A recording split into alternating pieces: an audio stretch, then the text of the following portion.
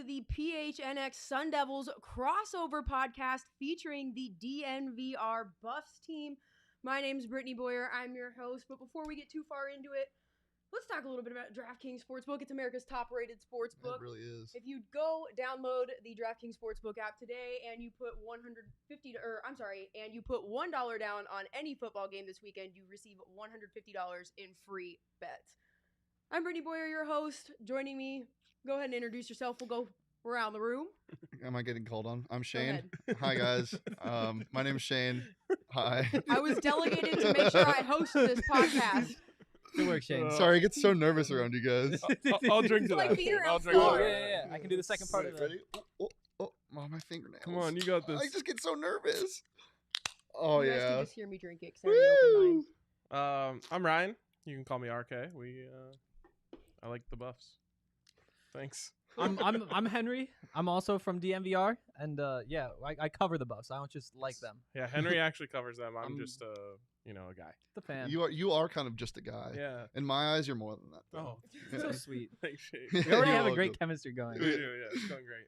We are doing the crossover show this week. As everyone knows, ASU hosts Colorado. It's going to be a really exciting game, opening up Pac-12 play. You know, both teams coming into this game off of a big loss last week. What do you guys... first and foremost, welcome to Phoenix, but what are you looking forward to the most with this game this week? And, before we get too far into this, let's do our trash or treasure. I can't believe I almost forgot this. First, it's Jersey. So, Thursday. time for our trash or treasure take for today. ASU will be revealing these beautiful gold jerseys on the field against Colorado. We had Brian Johnson on to talk with us on Tuesday. He was talking about how he has a design to correspond with the jersey release, and I'm really looking forward to seeing what he has. So we want to know, do you guys think that the jersey is trash or treasure? It's treasure. It's Treasure. 100%. I'm saying treasure It's too. gold. It's plentiful in bounty. Really? No, that is yellow. This is See, gold. Colorado uses gold. Arizona State No. uses yellow. There is a Gold little on the bit of gold. sleeves, Yes, but on the actually my sleeves. biggest- That's pewter. I don't It's not think you even know what close to pewter is. pewter. I don't think you know what pewter Okay, is. but no, I said the I same don't know what thing. pewter One's is. one's like a yellowy gold, and you guys Uh-huh. have an actual true gold. Yes. The Which is- Arizona State gold has gold. always been this off, like It's yellowy, darker. It's like a mix between if you had yellow mixed with like a little bit of orange almost, I feel like. Yeah, there are some drops of gold in there.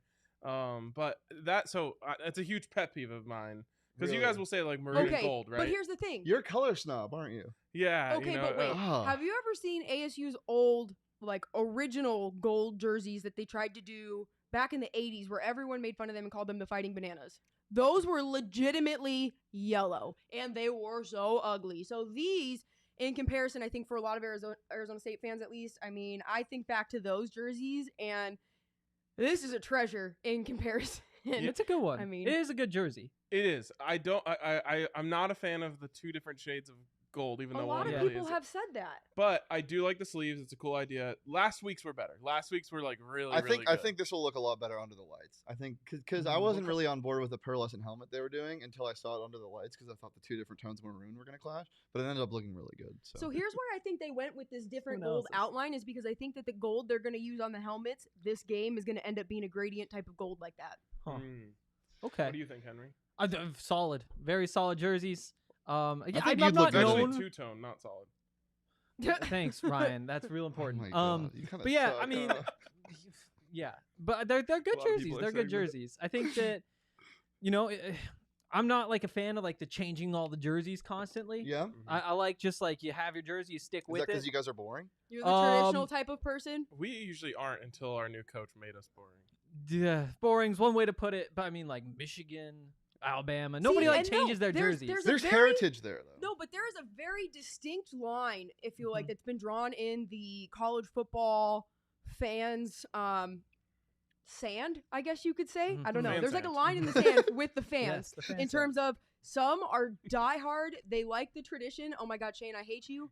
I'm just when you said fan sand, I thought of like a really cool thing you could bring to a tailgate. Like, Oh my God, we have a new idea for our Makes your little tailgate. tailgate yo, into a boys, I brought the beach. fan sand. I think Spano has like a 60-pound bag of multi-purpose sand in his truck. Yeah. Might have to hook you up Hey, with that, bro, let's Shane. go build some sandcastles. We'll get that to you. Turn any tailgate into a beach. How's it going, Brittany? I had to make sure I didn't forget what I was going to say. Though I do think that there's a very definitive line that separates if you like traditional jerseys and the traditional look, or if you like to switch it up and incorporate the change and, you know, something fresh every once in a while. And you really don't see anyone who's in the middle.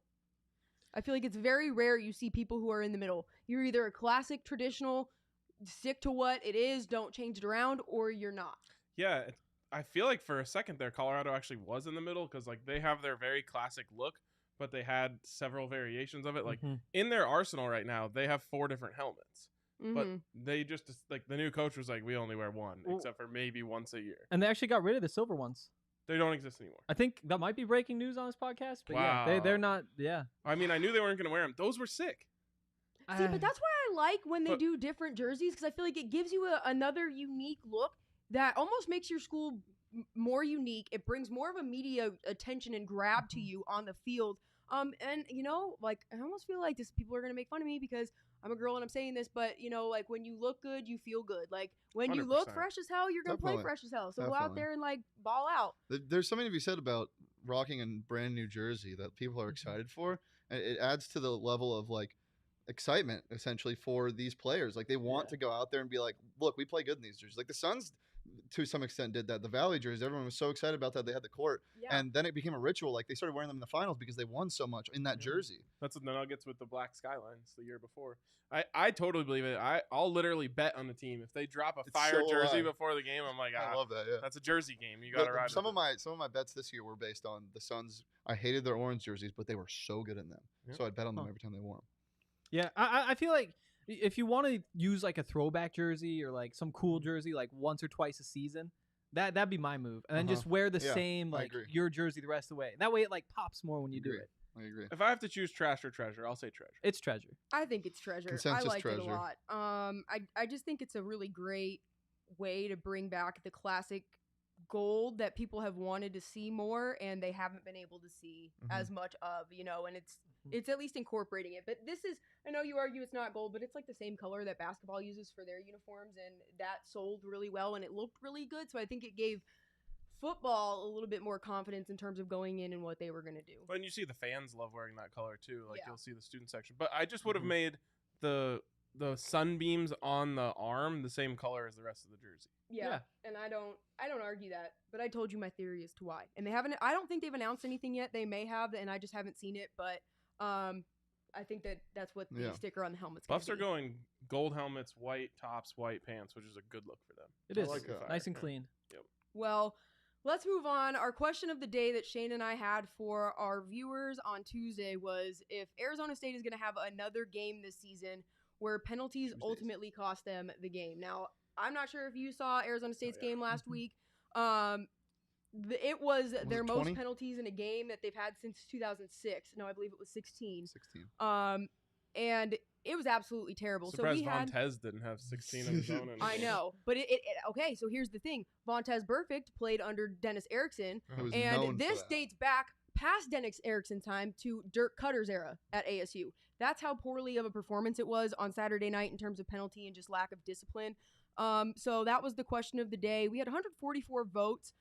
85% of people say yes. They feel like ASU is going to have another game this season that penalties are going to cost them the game. I think it might be this game too. It's going to cost them the spread at least. That's for sure.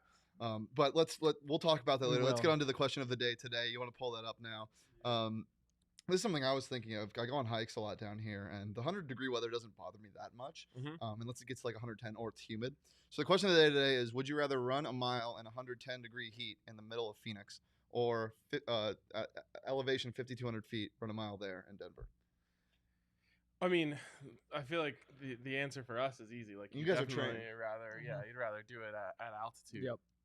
It's not like if you got off the plane and did it right away, it would definitely suck. But you get used to it pretty quickly, I feel like.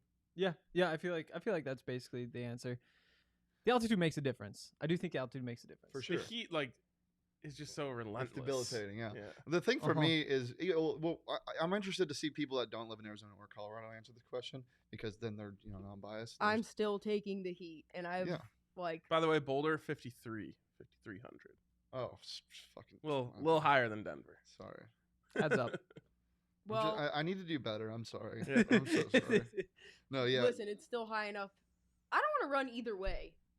Good take. That's the best answer. That's probably the answer. The answer, answering which would you rather do, you just say no. No, I'm not doing either. I feel like don't put me down for cardio.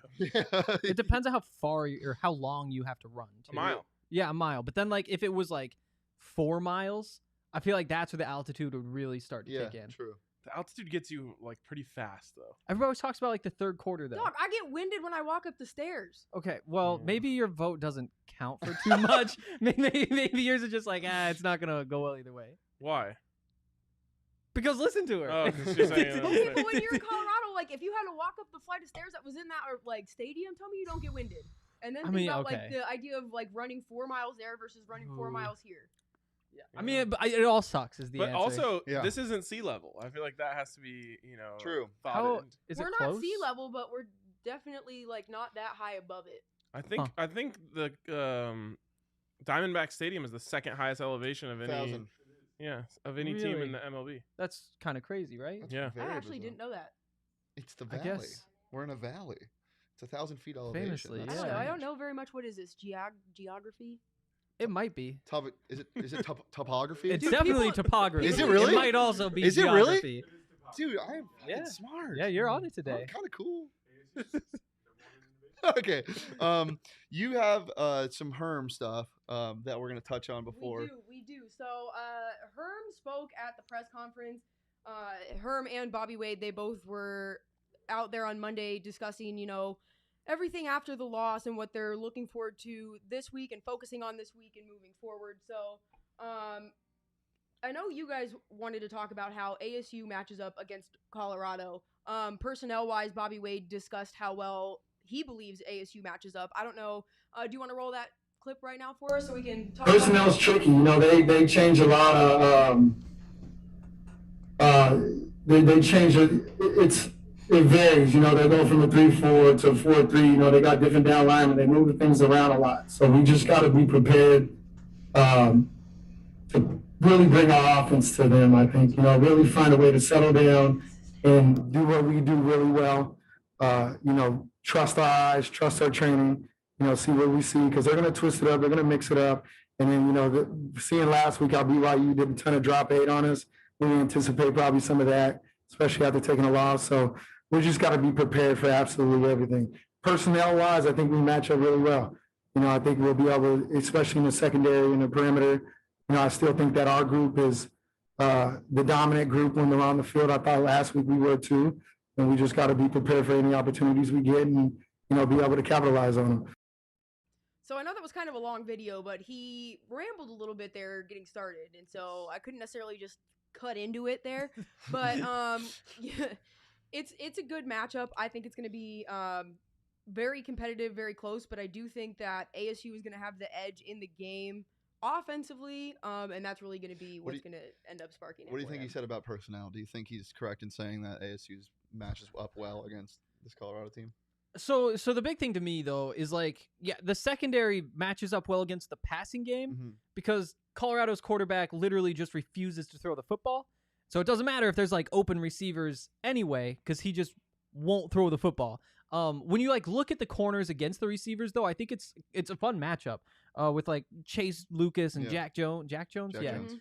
Those are some really good corners. Yeah. But the trend with that whole secondary is that they're a little bit undersized. Yep. And so when you have big guys like Brendan Rice and all of them out there, you think okay, maybe on these deep balls they get a chance. I think we saw a little bit against BYU, some deep balls that they threw that worked. The problem again being that the quarterback will not be throwing deep balls. And for that reason, I think that the edge has to go to I saw you smirk a Arizona little bit. State. I want to bring something up because you touched on Brendan Rice. He is from here originally, played at Hamilton. So, coming back here, there were a lot of people who gave him shit when he left and went to Colorado. Really? So I'm sure he's going to come back here and want to play with a vengeance and put on too. So that's something to look for. I have a feeling he's going to be wide open. I have a feeling it might not do matter. that from the Wildcat. Maybe. I mean, it's just a tough situation. We were talking earlier today, and you're a big proponent of the Wildcat. Mm-hmm. Well, okay, let's hear it. The main reason is because what Henry was saying, like the Buffs aren't throwing the ball right now. Like what happens is Brendan Rice takes a snap, drops back, holds on to it for a while, either runs and throws it away, or gets sacked, or runs. Yeah. So like we've just like the whole entire Colorado fan base all week is just saying like, okay, well, what can they do to change this up? Because what they're doing isn't even coming close to working. 20 consecutive drives without points.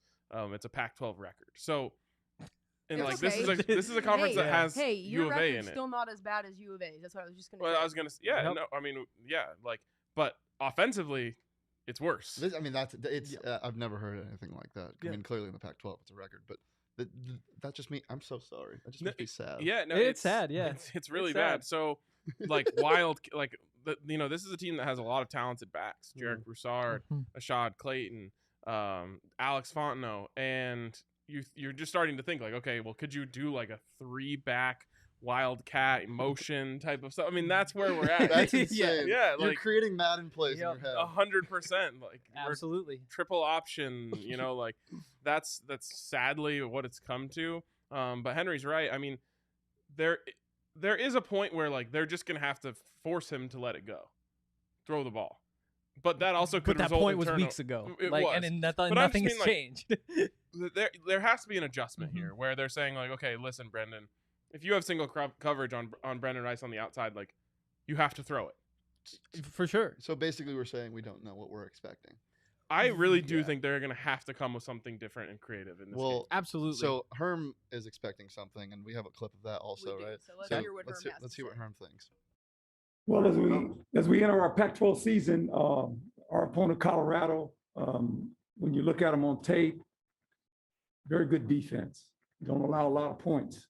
The last game they played, ball got turned over a bit and put their defense in some bad situations, but they're very sound. They don't give up a lot of points. Offensively, they have a talented group of wide receivers and some running backs. Quarterback is similar to the guy we just faced. He's got a good arm and can make a lot of plays with his legs. So they're a football team that has some talent. They're big up front on their offensive line. Defensively, they're long. They've got a really good secondary play, a lot of man-to-man, a lot of press coverage. So that's going to be a test for us in the passing game. Let's try to get some guys open, but they play very physical. They're a very physical football team. So we got our work cut out for them. As you guys know, the Pac-12 is one of those conferences that it just seems like when we get into conference play, anything can happen. And I think when we have 9 games left, they're all Pac-12 games. So that's going to kind of dictate what type of team we are going forward. So that whole thing about getting receivers open is basically Herm saying we need that guy. And that's something me and Britt have been talking about for weeks is there is no main dude in the receiving core. Like there's talented names, Ricky Pearsall, Andre Johnson. There's guys that should be that guy, but every game it's like 3 for 33 yards, 4 for 20. Like nobody is that guy on this ASU team, and that's the biggest worry for me at least right now. Right, and this is a team that went from N'Keal Harry to Ronald Brandon Ayuk, Jalen Strong. Yeah, for a while they've had that guy. Yeah, exactly. And that's definitely something that's showing up on tape when I watch ASU. Is like Jaden Daniels just doesn't necessarily have a guy who he's like, all right, it's 3rd and 6. The only person I've seen that has even made any sort of effort that I think you could argue that he would consider being those guys would be LV Bunkley Shelton or Curtis Hodges. Bunkley Shelton's been great, but that's recency bias too. He was the best receiver in that BYU game. He also stepped it up a little bit though, more in that UNLV game. Yeah, he had a big. How old is Herm? 60. He sounds so I believe he's 67. I genuinely think it's because he doesn't talk. He talk yells to his He's like players. as dusty as that helmet on the table. Like, jeez. Oh man. Yeah. Oh man. He just needs some throw lozenges. He needs a Ricola. He sounds. He does. He sounds like really old. Ooh, I was right. Whoa. Wow. See how good I know my team? He's older than Vic Fangio. Wow. That's He's old. 3 years younger than Pete Carroll. Pete Carroll seems Huh. seems younger than him. Yeah, he does. Yeah, he That's does. because Pete Carroll chews gum all day.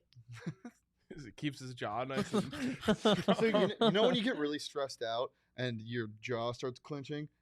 You know what I'm talking about? Like when you're Yes. grinding your teeth? Yes. So that happens to me when I'm on DraftKings Sportsbook. But there's no Wow, what a transition. That was but good. with the insurance they have on these same game parlays, I don't have to be stressed all the time. They give you Yes, $25 of up to course. $25 back. And the same game parlays are right up my alley. I made one tonight. We had our bet show earlier. Yep. I placed another one actually for Davis Mills over 1.5 touchdowns and Davis Mills over passing Big yards. Davis Mills guy. I'm huge. I mean, but that's not me saying it's gonna happen. That's me saying I could. Yeah, Davis Mills, he's a capable guy, kind of.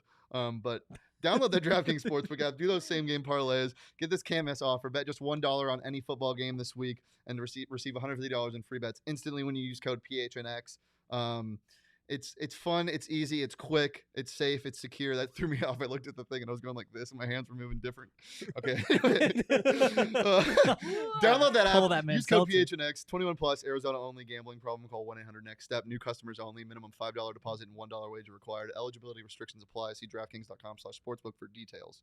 Wow, good job with that. I'm pretty good at it. Mhm. You got that down by now. I It's feel like it's like I'm the starting running back of a team and they called it halfback dive. Like, of course I'm gonna gain 3 yards. Why not gain 5? Exactly like that. If only you were good at placing bets as you are reading about them. I'm okay. I don't tell people to take my advice. I just say keep tabs on me. Keep Well, tabs on me. I'm not really great at giving betting advice, but I have picked a couple upsets recently, and that's something that everyone can be looking forward to. You can go over to gophnx.com. We'll be having our weekly Pac-12 predictions going up tomorrow for you guys to look at with the odds, the spreads, the money line, everything coming from DraftKings, and a little breakdown of every game and every matchup that we have on the slate for the Pac-12 schedule this weekend. And also, I'm not sure if you guys read anything or not that I had put out yesterday, I did. but ASU, I am starting a new series. It's going to be about 7 pieces worth of work. Sleeping giant, baby. But why ASU will forever be a sleeping giant, at least as of right now, unless some things change. And I know that it's a touchy subject, and a lot of people don't necessarily like to talk about it, or it makes them very irritated to talk about it, or they point the fingers. But I really want everyone to read this in full and let me know what your takeaway is, and see if it enlightens anything for you or makes you change how you see, and if you decide that you're going to try to move forward a little bit differently from now on. And that's how I'll leave that. That's one thing you guys don't have to worry about is expectations. Well, it's funny that you bring that up because Colorado is one of 25 schools in the nation that has a national championship and a Heisman Trophy. Mm-hmm. Like, for many years, the sleeping giant thing was being said about CU too. Yeah. It just went so far downhill that was kind of broken. Mm-hmm. But what's funny you mentioned about expectations is they had kind of gone away.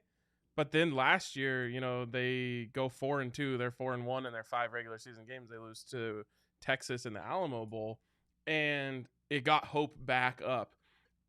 And literally in the last 7 days, It's been crazy. The loss to Minnesota was so bad that it has gone fans have gone to a lot of fans have gone to a new low. There legitimately. are people in the ASU football Facebook group who are already calling for Herm Edwards to be fired.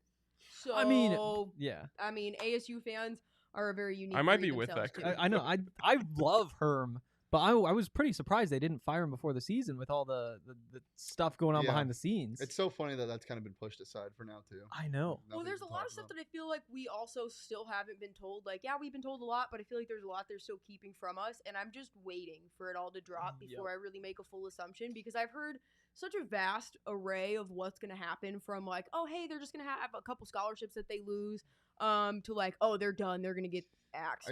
I think it's definitely a distraction for these players. It's kind of like the players in the locker room, like they hear about this and then they go, they're expected to practice every day, not even thinking. It's like your parents are arguing upstairs and you can hear them shout. You don't know what to do. You just kind of just ignore it. Well, and then what? I mean, they have 3 assistant coaches get like suspended or whatever they call it before the season. Quite frankly, still surprised that Antonio Pierce is still on Antonio campus Pierce is the right one now. I know, like, it's a little bit of a touchy subject to talk about the NCAA investigation because it's still like an ongoing investigation. But with how much he was brought up and named, I was just like, okay, but he's still here, like. And also, the other thing is, he was who ASU was kind of looking to groom. At least a year and a half ago, they made this announcement when they named him, I believe it was like the co-associate head coach or something. It was some weird title, but it was not like assistant coach or something or like assistant head coach. It was like co-associate, something weird.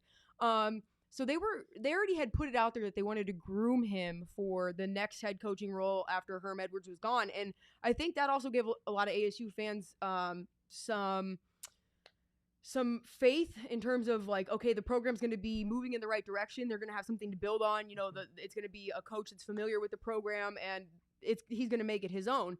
And the way he ended up at least making it his own since the news has come out is not things people want to see. They're not things that make you necessarily feel good.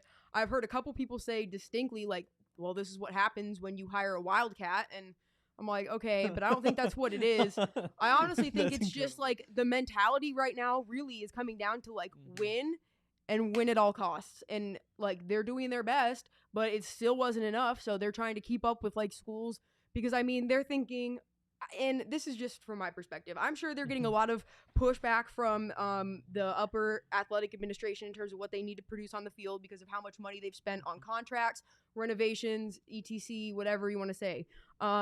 So I think that they're coming down on them to perform. I think that they're worried about fans coming out to the games because it's already a hard sell, especially with this many people in a town this size, or I should say a city this size. We're the 5th largest city in the United States.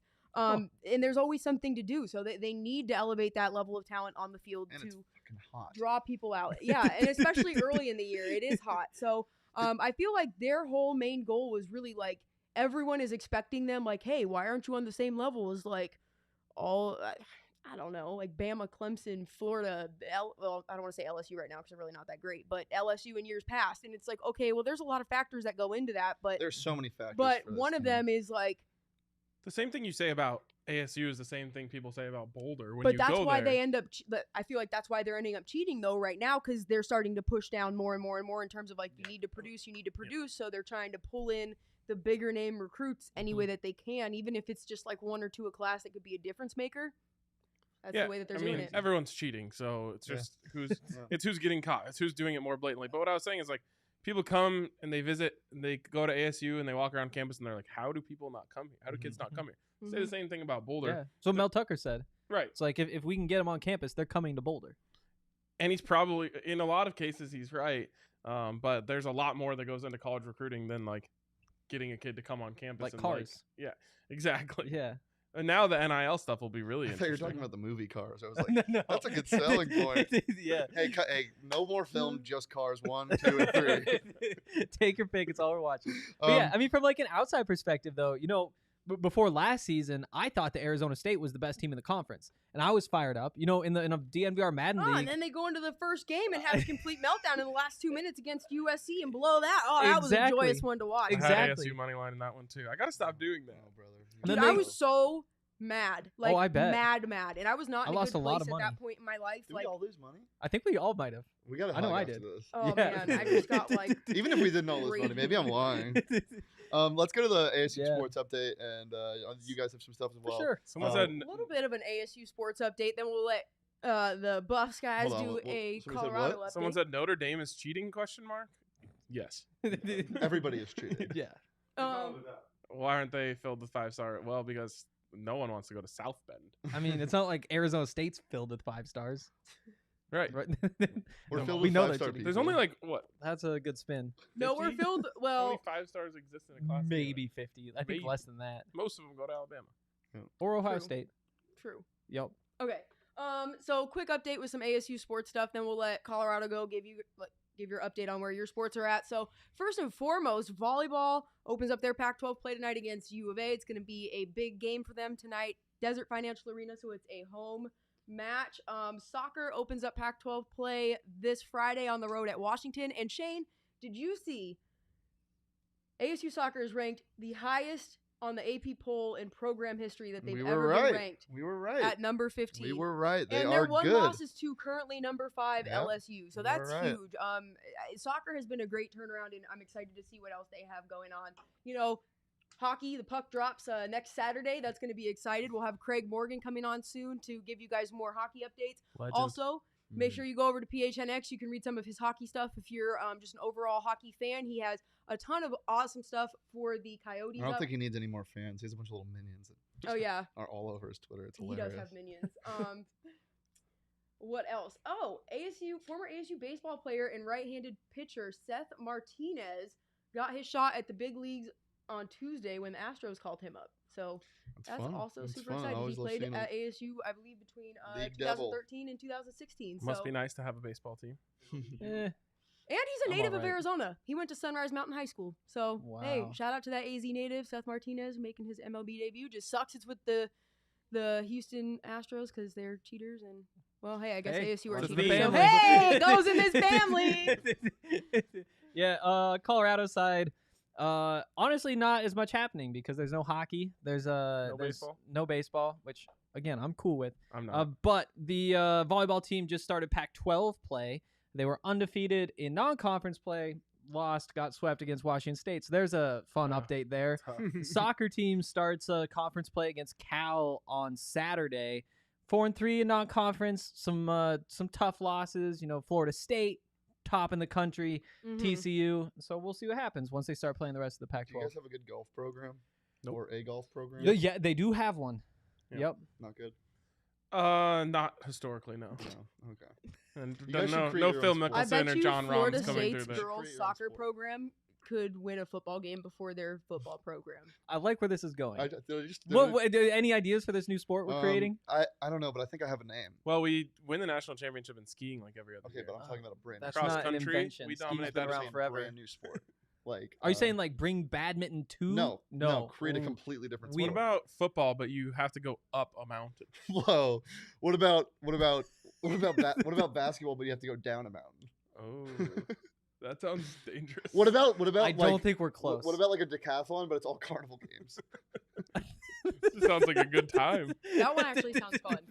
I don't think we're gonna come up with it right now. No. If I'm being we'll honest, I don't brainstorm think we're later. close at all. We'll get back to this. All right, let's get to our keys to the game. Mm-hmm. Come on, dude. Thank you. Keys to the game. Look at that graphic. I think I saw somebody. Don't be mean to Jacob. Did somebody up there say they don't like the mascot? Is that like Sparky in general or our mascot? Hey, if you commented, go elaborate on that. Humble Rumble. Oh, well, that sucks. It might be one of Because he's our awesome. guys. Okay, so keys to the game. We'll let you guys go first since you're the away team. I've got one.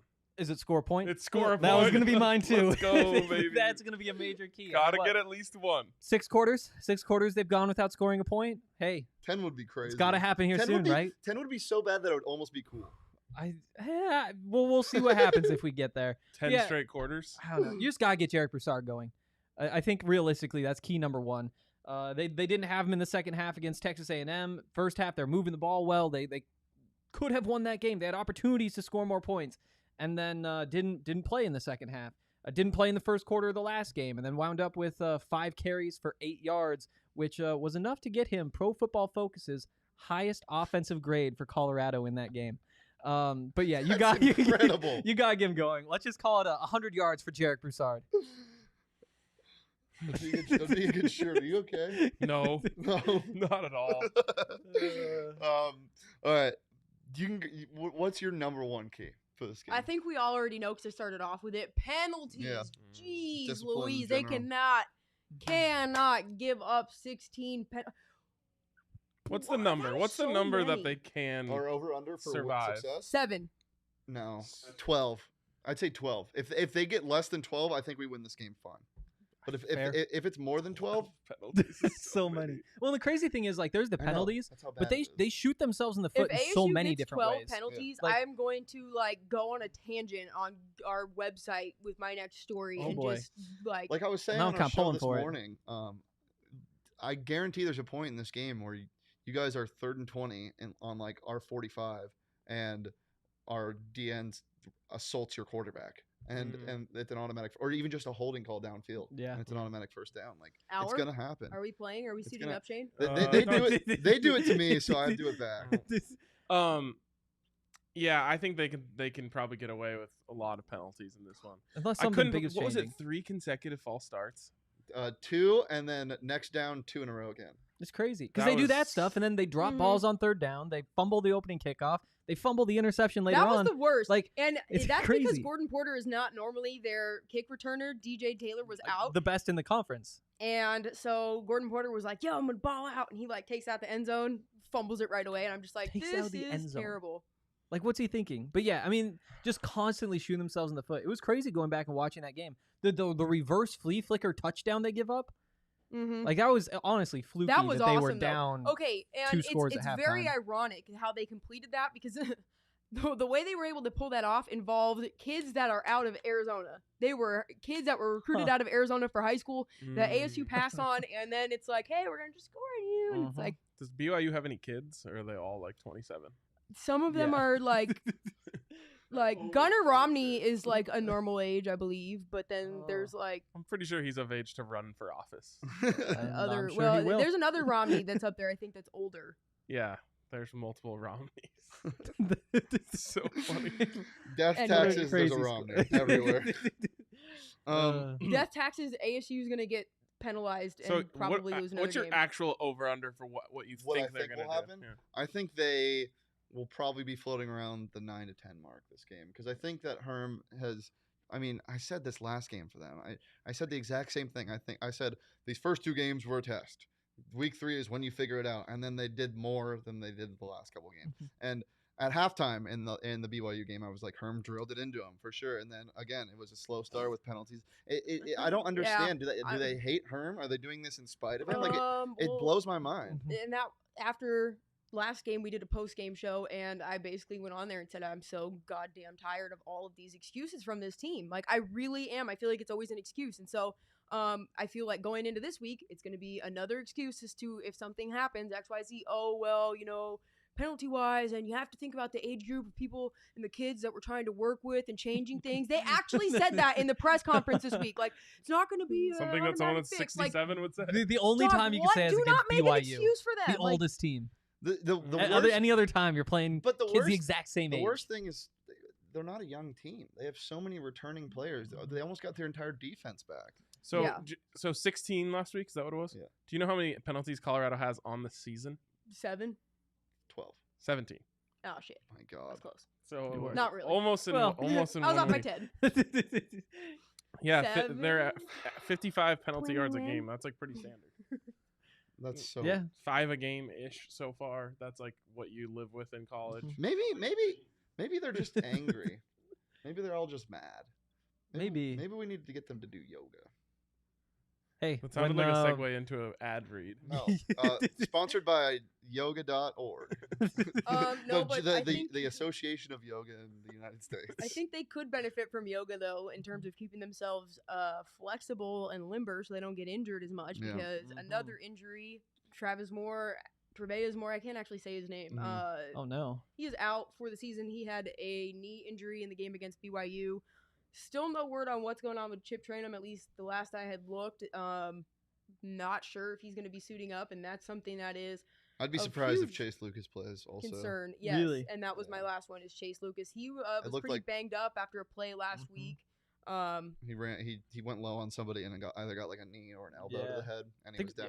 So concussion protocol is always weird for college. So I doubt he plays, but I don't know. They haven't said anything yet.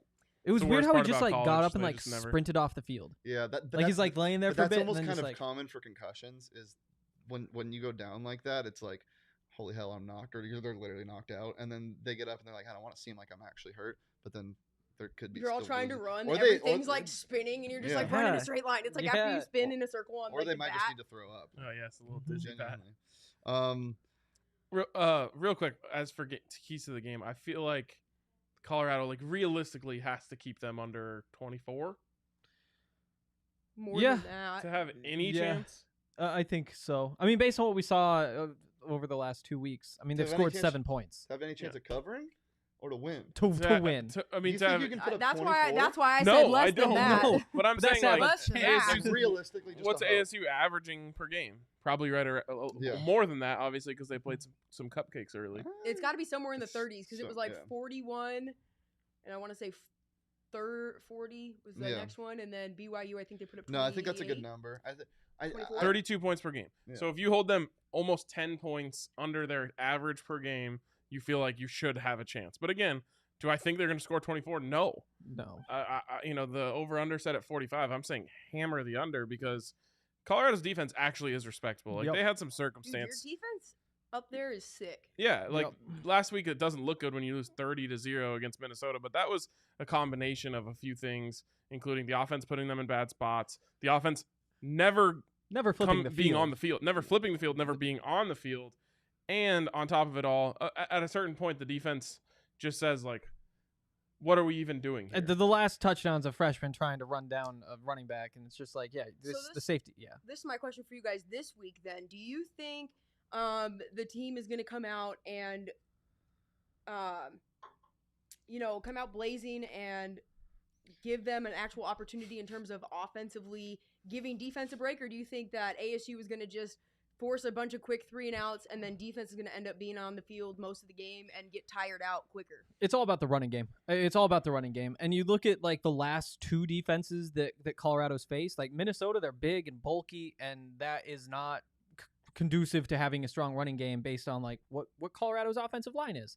And it's not that Arizona State has like a bad front 7. Like they've got a couple guys out there. They don't have Jermaine Lole, which is a big loss, but like that's a team that I think that they can at least have some sort of run game against, although the passing game still probably isn't there, so they're going to load the box. And so it's kind of tough to say that they will be able to move the ball. I mean, it doesn't matter who they're playing. After what we watched the last 6 quarters, like you have to say they're probably not going to be moving the ball great. What I will say is if they find a way to start getting 4 yards on first down with that running game, which 3 yards even should not be that crazy, that can open up some things that'll make life easy on Brendan Lewis, easier at least. Yeah, where you can work some of that play action and just get some of those dump offs of the tight ends that move the chains. But to your point, we saw what happened last week in Boulder, and it was hot in Boulder. When I say hot, it was like 92. Mm-hmm. You put this defense out there for 3/4 of the game in 100 degrees, they're going to tire out real quick. So there's a huge onus on the offense for the Buffs this week to just stay on the field. Like I said, I'm not expecting them to score 24 points, but you have to sustain some drives. At least keep it moving. Right. At the very least, like not negative 0.9 yards per rush again this week. Yes. Like let's get that into the positives. Yes. For me, but ASU is going to be absolutely selling out on the run. Yeah. They will say we will give you single coverage everywhere. I also think that's what the Buffs are expecting, and I think the game planning for what Colorado's going to do is going to be a lot different on offense. After you put up a goose egg, you have to do something. That's why I don't think the Wildcat thing is that crazy. I think they might not exactly Wildcat, but they might show something weird. Yeah, they're gonna have to. I legitimately think direct snaps to Brendan Rice will happen. And I do think that. So I mean, the backup quarterback at this point, because of the injuries, it's Drew Carter, who's a true freshman, and they let him in for a couple series after saying for months that he's not ready and that just hopefully he doesn't have to play. I think there's a real chance that we see him in the first quarter of this game, just because you need to try something at that position. Yeah, and he didn't look bad. He no, didn't look good. The ball's a little bit off target, but he was throwing them. Yeah. It's a step in the right direction. So would you say making sure that the run game you have to improve your yardage is your second key then? Yeah. Okay. I think that's a good one. And I think the first one was Jarrett getting 100, but the second key was probably defensively stopping the Arizona State run. I think that the Buffs got pushed around a little bit by Minnesota. Yeah, they moved the line tackles. of scrimmage, missed some tackles, failed to set the edge because they were getting pushed a little bit in the middle. Mm-hmm. And talking to a couple of those guys this week, they really emphasized how like those last two defensive or offensive lines they've faced, they've been really big, really strong guys. Whereas Arizona State, it's more about like the agility and they're all good at moving and that sort of stuff. And I think that fits Colorado's defense a little bit better just because that's their style of play. They want to be explosive, getting upfield instead of just getting they were getting pushed around. However, Colorado's defense will have a little bit of an advantage. Like we said, Chip Trainum's not playing. I don't think. I think there's a good chance he might. I don't know. And also something to touch on, and I don't know how it is for Colorado, but ASU has recently changed their media viewing reporting allowances on like how much you're allowed to report on in terms of the players out at practice. Like they don't want you saying they're wearing like a non-contact jersey, or they were dressed out, or like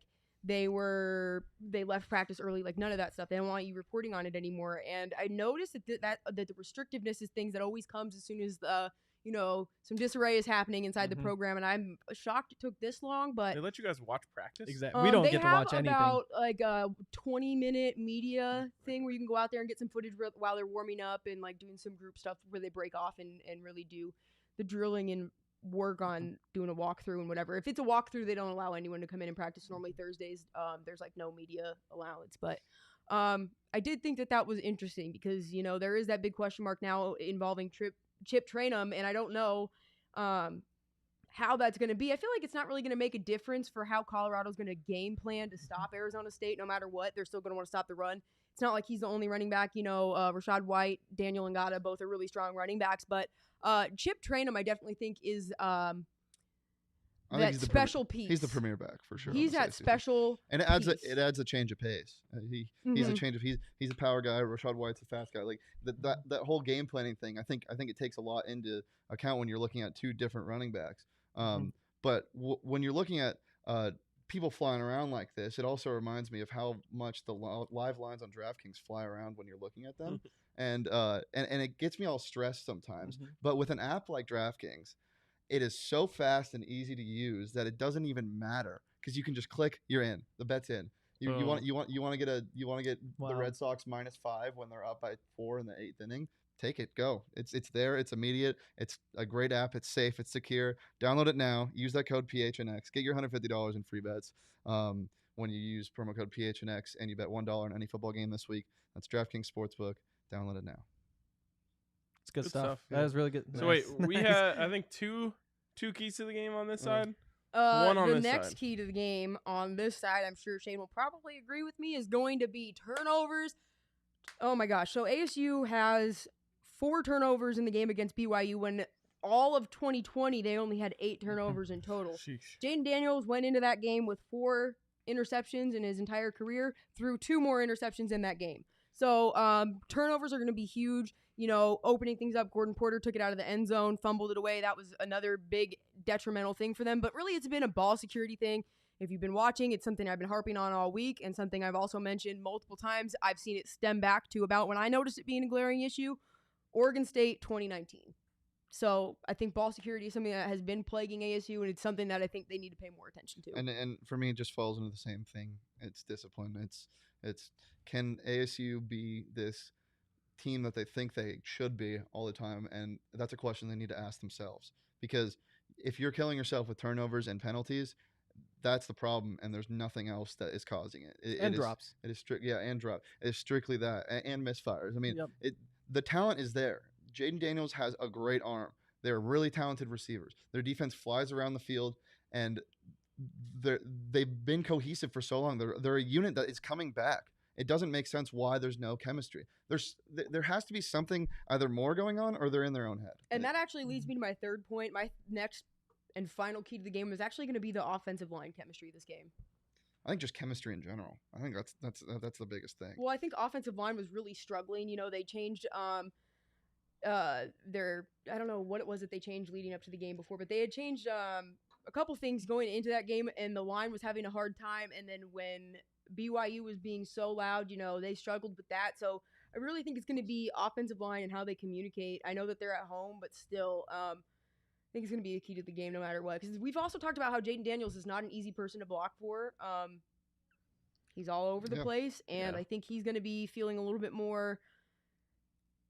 I don't want to say, because this sounds bad. I don't think his confidence is going to be there as strongly this week after throwing 2 interceptions last week, because in the past we already saw his confidence be affected in the same game, after he threw an interception. So, and that is going to be important for them because, again, the Buffs have been disappointing, obviously, so far this season, but that defense has some dudes who will hit you in the mouth. Yeah.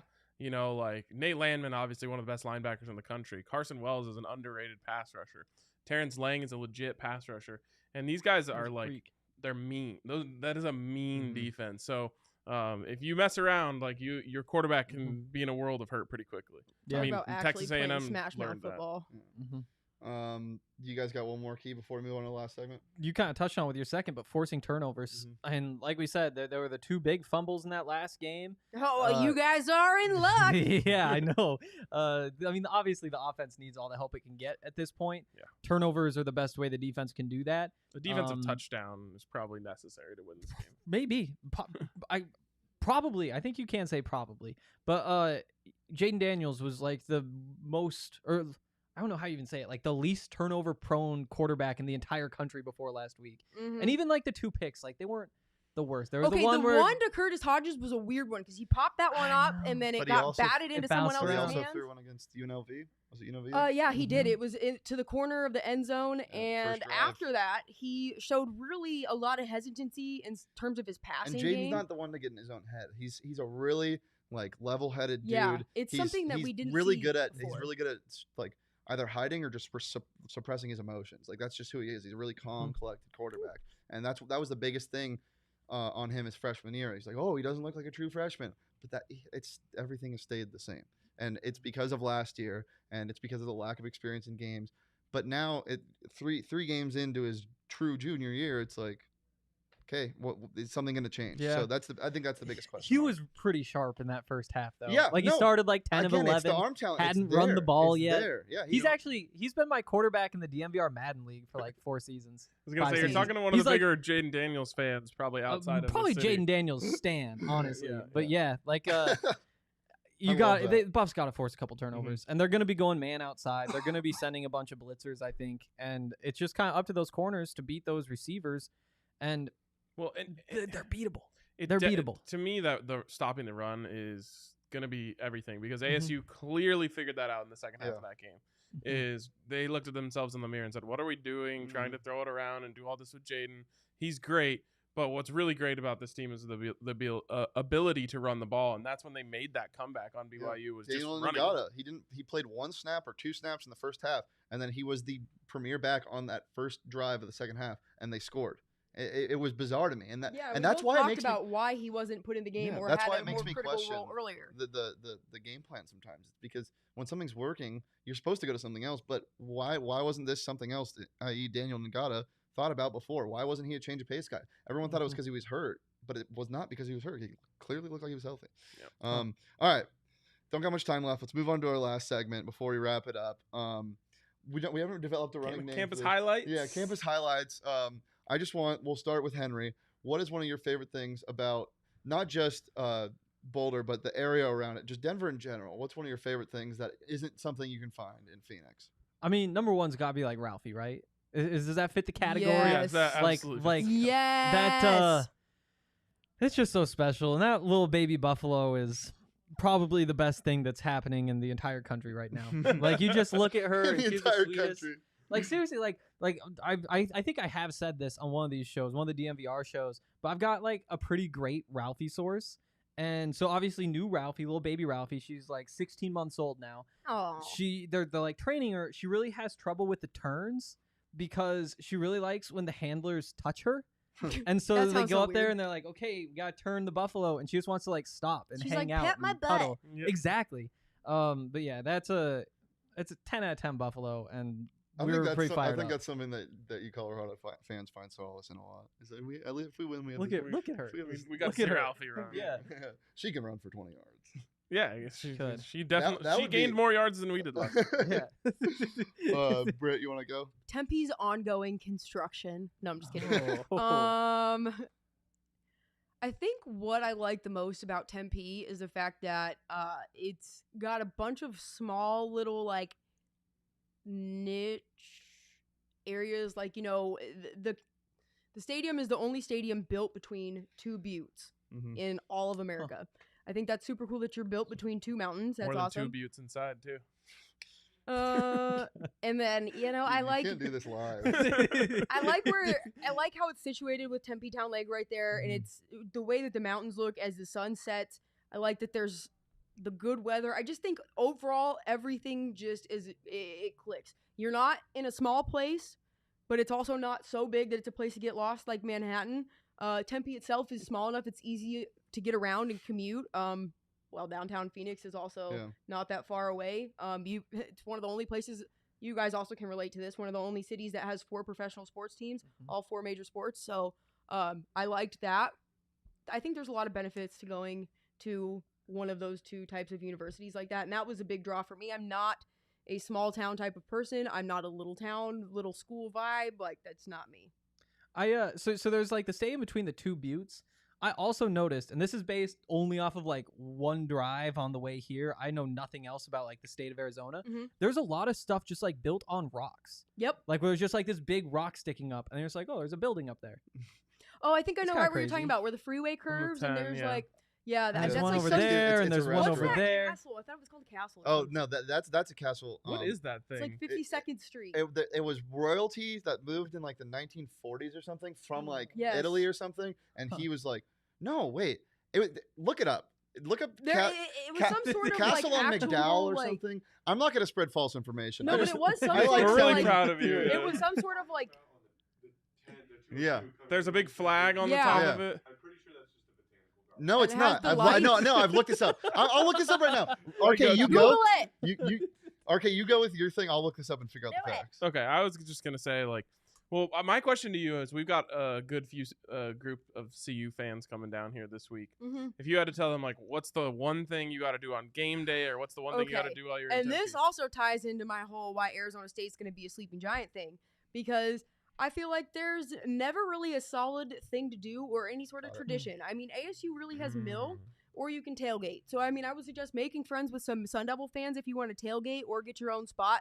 Most Sun Devils are actually pretty nice to tailgate with. They're pretty friendly. When we've got stuff like that. We've got a group that we're partnering with this weekend for a tailgate. Oh, they come through? Yes. Hey, Crafty Devils. So we'll be doing a crossover tailgate with that with DNVR hosted by Crafty Devils. My thing would be is, if I'm going to tell them to go one place, and I hate this place because of my relationship I've built with it over the past couple of years. They like me there, and I like them there. Casa, Sun Bar. Oh, God, I feel that, too. I hate that place so much, but it is a great I'm place 90. to tailgate. I'm like 90. What is that Wait, place? no. Okay, so it is so much fun. Like, they have buckets of it's alcohol. a really big bar. It's really expensive, though, like, in terms of, like, your drink. I feel like it's more overpriced than some other places. Someone's house. I thought it was going to be like so when I say mini really golf expensive, and like that sort of stuff. When I say they hate me at mini golf. No, so like when I say really There's expensive, a big though, water it's slide. like a bucket. They give you a bucket, like it's like a pitcher. It's like $16 drink. on game day. They have it like they jack the price It's up. like the number one place people go to watch. But that would have been my suggestion too, because I know that it is locally owned and stuff, and I know a lot of people who do work there. But I have a love-hate relationship with that place, because I'm 99% sure that last year on Halloween weekend I got drugged when I was there. So I'm gonna leave it at that. Okay. So just be careful if you go to Casa. Hey, Sounds like a this great is important time. for girls who are Definitely come watching. down. Be careful if you go to Casa, because I was with my whole group and didn't leave my drink, so it would have had to have happened before I got to my table. So that's all I have to say. Hard-hitting news. It would make it just straight hate for me. Tavrea Castle is a real thing. It is not a botanical garden. There is a garden around it. Oh, Wait, what's the difference between a garden and botanical garden? Wrong. I don't know. Like, Maybe like, butterflies. Denver has, like, Science one I of the think best botanical is like a gardens around. desert garden. No, No. I'm no. dumb. Don't listen to me. Okay. That's just good something I call. made up It's right now. named in honor Yeah. of the builder Alessio Carraro and its second owners EA and Della Tavrea. An interpretive trail exhibiting the garden's circle around it and many desert species, as well as a greenhouse to plant for the park. Sounds like a garden to me. Sounds a lot like But a it's a botanical castle. garden. But it's a literal castle. It is not just a garden. It's a castle, but I'm saying No. that's what it was. It's a castle that's built in honor of an. We'll get into this later because we don't have enough Botanical time. just means relating to plants. Okay, we're So gonna. you're saying it's a garden? So like, my favorite thing. anything with any garden is gonna have plants unless I'm imagining it. I mean, Yeah. Okay, my favorite thing about ASU is the botanical gardens. Yes. No. Okay. It's the community around it The secret because garden? because on the entertainment district on Mill Avenue there was recently a retirement community. oh my God, this is like the third time he's mentioning this today. That's all we have time for, everybody. We'll see you next time. Whatever, finish your story. I was coming up with this segment before the show, and I told her this story because I wanted to tell it on the show. Anyway, Can't let her under your skins. yeah, well, clearly it's worked. Obviously. So they built a retirement community across the space from one of my favorite bars, and He hates it's me too, for it's old okay. people, I hate him. clearly because it's a retirement community. And again, it's on the entertainment district on Mill. And so they got mad about the sound coming out of one of the places, and they tried to get one of the places shut down. And Oh yeah, luckily, Shady Park. the community got together and signed all of these what are they called? What would you call them? Papers. They signed these papers essentially to say this isn't happening, and the community came together and made sure the place wasn't getting shut There's down. a lot of Tempe drama going on over Yeah. there. Dude, Tempe has a ton of drama, and I'm super excited to kind of just talk about it and break it all down because, like, I feel like it's so much stupid stuff.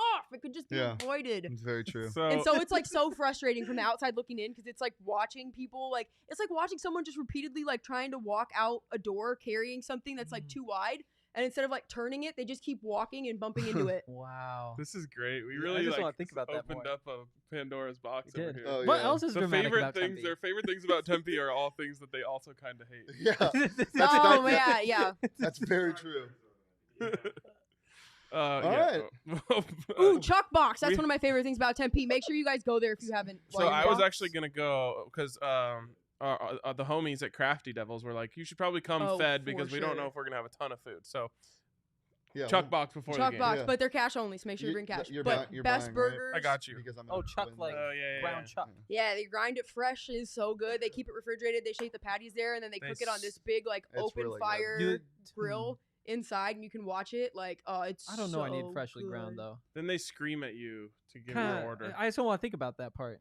Just give me the burger. Don't make me think like, They're oh, not, we just turned this cow into a burger. Well, they didn't grind it. It's not Hey, like did the you cows know that? are in Hey, the back. that almost reminds me of my but one I don't even want fact. to wonder that. Okay, so like 2 Fridays ago, we had someone on our show, and one of my my questions was like, "What did ASU used to be before it was given to the school to be a university?" And it actually used to be a like farm Slaughterhouse. where but it was a slaughterhouse. So it was like Did you know that? I was like, it was a what did I call it? I was like, it was a farm. I said something about that and how Cow the death cows lived factory. there. And then I was Wow. like, but then they also slaughtered cows there. This sounds great. Dude, sounds really haunted. Tempe, Anyways. man. yeah. It's gotta be Um, haunted. well, We we're- should have just called it Cowtown. we're back- Oh, we should be Oh, the Tempe cow go- cows. We should have been the Tempe cows. This is almost Tempe like South Park. Dead cows. I'm overwhelmed. Cow spirits. I know it's gotta be I haunted. just have to say, based on this conversation, I think I'm gonna continue to stick with Boulder over Tempe. yeah. Dude, Tempe is a weird place. I don't blame you. But I like it here. It's not too bad. All right, we're back here tomorrow, same time, 3:30. We're gonna have a lot more fun. Somehow.